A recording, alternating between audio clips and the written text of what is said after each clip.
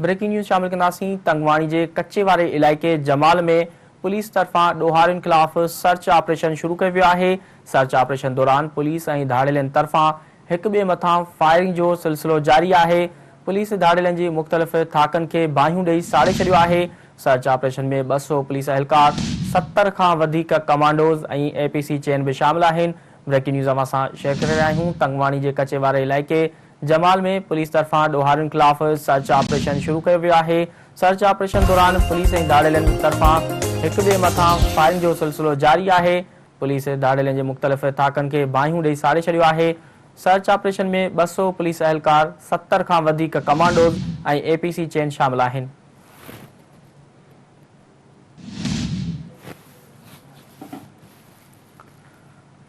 ख़बर असां शेयर करे रहिया आहियूं। तंगवाणी के कच्चे वारे इलाइक़े जमाल में पुलिस तरफां ॾोहारियुनि ख़िलाफ़ सर्च ऑपरेशन शुरू कियो वियो आहे। सर्च ऑपरेशन दौरान पुलिस ऐं धाड़ेलनि तरफां हिक ॿिए मथां फायरिंग जो सिलसिलो जारी आहे। पुलिस धाड़ेलनि जे मुख़्तलिफ़ थाकनि खे बाहियूं ॾेई साड़े छॾियो आहे।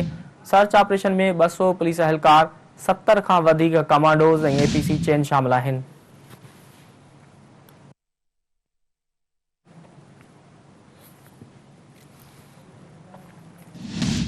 ख़बर असां शेयर करे रहिया आहियूं। तंगवाणी के कच्चे वारे इलाइक़े जमाल में पुलिस तरफां ॾोहारियुनि ख़िलाफ़ सर्च ऑपरेशन शुरू कियो वियो आहे। सर्च ऑपरेशन दौरान पुलिस ऐं धाड़ेलनि तरफां हिक ॿिए मथां फायरिंग जो सिलसिलो जारी आहे।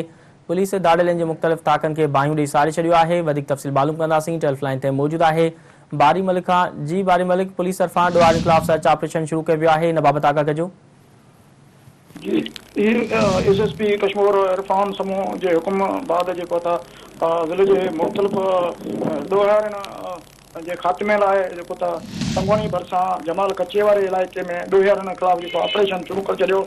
ऑपरेशन में 200 पुलिस एहलकारनि ऐं 70 खां वधीक पुलिस कमांडो जो APC चेन ज़रिए उन्होंने जेको हिस्सो वरितो, जंहिं बाद केतिरनि ई ॾोहारियुनि जा जेके ठिकाणा उन्हनि खे बाहि ॾेई जेको आहे साड़े उनखे मिसमार कयो वियो आहे। पुलिस ऐं ॾोहारियुनि में फायरिंग जो सिलसिलो जारी आहे, जंहिंमें ॾोहारियुनि जो जेको घेरो आहे उहो तंग कयो आहे। ॿिए तरफ़ SSP कश्मीर इरफान समूह खे ॿुधायो त ॾोहारियुनि जे ख़िलाफ़ जेसि ताईं उनजे ख़ात्मे ताईं जेसि ताईं ऑपरेशन जारी नथो, उनजो घेरो तंग कयो आहे।